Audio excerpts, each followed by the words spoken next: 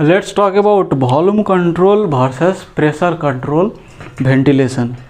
So control means that you have fixed it. So if volume control means you are delivering fixed amount of volume, tidal volume, like normal tidal volume is 6 to 8 ml per kg body weight.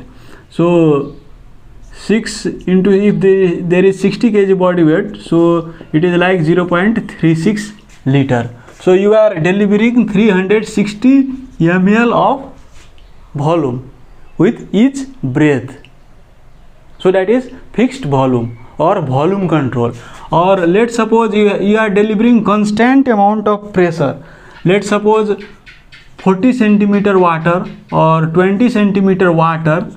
With each breath you are giving a constant amount of pressure, but with this pressure volume is changing with each breath. Sometimes with this pressure, sometimes let's suppose 300 ml volume is delivered, or sometimes even 400 ml is delivered. Or if there is leak in the circuit, to compensate that, let's suppose if there is 200 ml leak and it is delivering 500 ml tidal volume. So this tidal volume keeps on fluctuating with the respiratory pattern, how much patient is taking with his own effort, and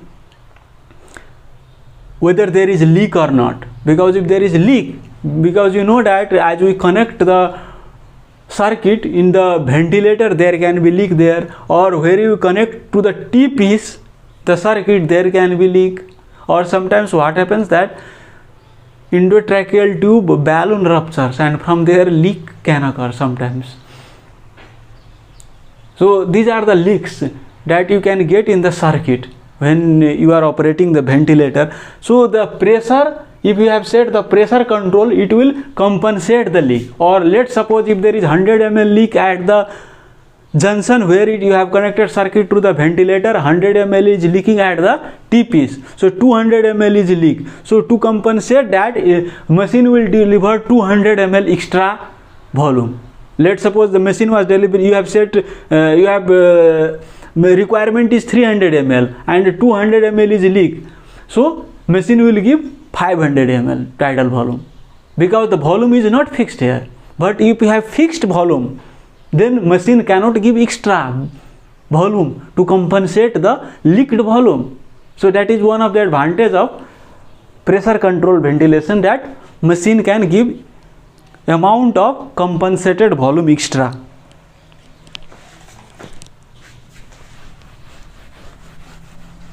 Now let's see this volume control and pressure control in the flow graph and pressure graph. So this is the flow rate and this is the pressure, and the x-axis is time axis. Here it is time and this is the flow rate. It is 0 liter per minute, 10 liter per minute, 20 liter per minute, 30 liter per minute, 40 liter per minute. And here let's suppose it is 0 centimeter water, 5 centimeter water, 10 centimeter water, 15 centimeter water, 20 centimeter water, like this. This is the pressure in centimeter of water, let's say, and this is the time axis. Now let's first of all talk about volume control. Volume control, let's suppose you have controlled the volume, and let's assume this is the T-piece. This is the inspiratory limb, this is the expiratory limb, and this is connected to the endotracheal tube. This is going inside the lung.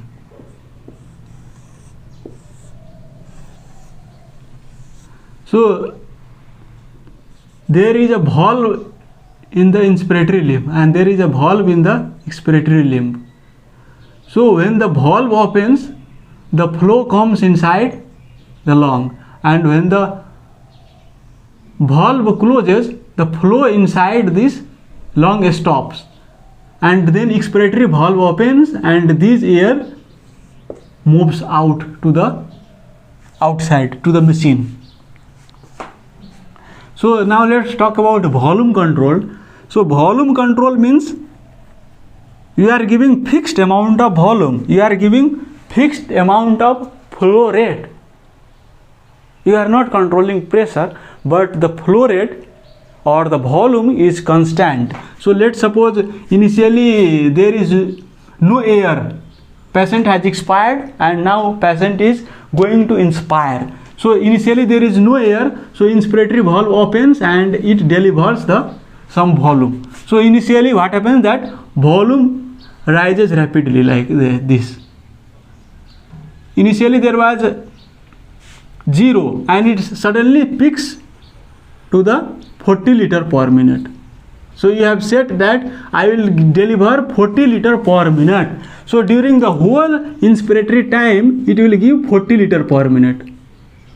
Like this is the inspiratory time, Ti means inspiratory time. Let's suppose you have set it 1 second. So for 1 second duration it will give constant amount of flow, that is 40 liter per minute. 40 liter per minute. And then the inspiratory valve closes, and when inspiratory valve closes, the flow rate falls down. So the flow falls down to 0. And here now expiratory valve opens, and when expiratory valve opens, the air goes out. So this expression is a passive process. The machine does not control this expression. You can set the expression time, but the effort, pressure, everything is not controlled by machine. You can set the expiratory time, how long you patient expires. Like let's suppose you have set to 2 seconds. So for 2 seconds patient will expire. So when the expiratory valve opens, the flow, there is increase, more pressure inside the lung, so the flow increases. So suddenly you see the steep this graph, and then as some air leaks out, what happens, that the gradient between this lung and outside goes and decreasing. So you can see the graph slowly takes this form. And during this process, what happens to pressure? So during the whole inspiratory time period for 1 second, pressure goes on building like this. So it reaches to maximum pressure, and then when inspiratory valve closes, here inspiratory valve closes, then pressure falls down. Now let's see in pressure controlled ventilation. So when, let's suppose you have controlled pressure and you want to deliver 20 centimeter water pressure. So from the machine, from the ventilator, you are giving 20 centimeter water. Initially there is no pressure inside the lung, there is 0 pressure. So the gradient between the machine and lung is more. So gradient is 20 minus 0 is equal to 20. So for this, since there is gradient is more, you can see the flow rate suddenly increases. But as some air goes inside the lung from the ventilator, and now let's suppose the air pressure inside the lung has built to 5. So if you subtract 20 minus 5 is equal to 15. So since the gradient decreases, flow rate decreases. So let's suppose the flow rate decreases like this. Now there is some more air inside the lung, and now let's suppose the pressure now rises to 10 centimeter water. Now the gradient becomes 10, so the flow decreases still more. And now let's suppose it has gradient has become, now the pressure inside the lung has become 15. So the gradient is still low. 20 minus 15 is equal to 5. So it decreases more. And now let's suppose the pressure inside the lung is 20. So the gradient is 0. So there will be no flow. So it will become 0. So initially the flow rate increased to 40 liter per minute. Then slowly the flow rate, you can see, flow rate is gradually declining.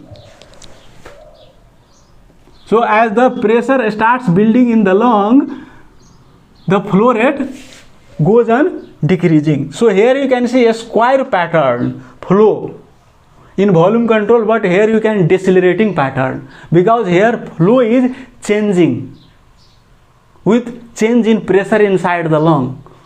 So this is the inspiratory time. Let's suppose you have set inspiratory time to 1 second. So initially there was 40 liter per minute, then 30 liter per minute, 20 liter per minute, 10 liter per minute, 0 liter per minute. So during the whole inspiratory time period, flow rate is changing. But here flow rate is fixed, 40 liter per minute during the whole inspiratory time. And you know that expression is a passive process, so the graph of expression will be like same. And what will be the pressure graph? So as I told that here you have controlled pressure, you are delivering constant amount of pressure. Let's suppose 20 centimeter of water. So the pressure will go to the 20 centimeter water and it will remain constant, and when inspiratory valve closes, pressure drops down. So the pressure will remain at this 20 centimeter water for this whole inspiratory time period, for 1 second time period. So whatever you have controlled, it takes a square form. Here you can see, here you have controlled the pressure, so pressure is a square graph, and here you have controlled volume, so it is a square graph. So you can remember like this, whatever you control, that is a square graph, because this portion is controlled, because you are delivering constant amount of pressure, so obviously it will take the square form. Here you have controlled the flow or volume, so during the whole inspiratory limb it will remain constant. So whatever you have controlled, it takes the square form in the graph. Let's assume that the pattern of respiration of patient is not regular. Sometimes patient is taking deep breath, sometimes patient is taking with little effort. So the flow rate of the patient is constantly changing. But if you have set the fixed volume or fixed flow rate, and patient wants to now take 60 liter per minute, but you have said that you can take only 40 liter per minute during the whole inspiratory time period, but patient wants to take more want to take. So there will be a clash between the ventilator and the patient. But here the flow rate is changing. So if the patient wants to take 60 liter per minute, it will increase to 60 liter per minute. If patient wants to with has little effort, then flow rate will decrease. So flow rate keeps on fluctuating with the effort of the patient. So there will be no dyssynchrony between the patient and ventilator. So this is the advantage of pressure control. And another advantage of pressure control, that it compensates for the leak. As I already told that when there is a leak in the circuits, let's suppose you are giving 400 ml. You want to deliver 400 ml to maintain minute ventilation, but 200 ml is leaking from the circuit. So machine will give extra 200 ml. It will give 600 ml to compensate the leak.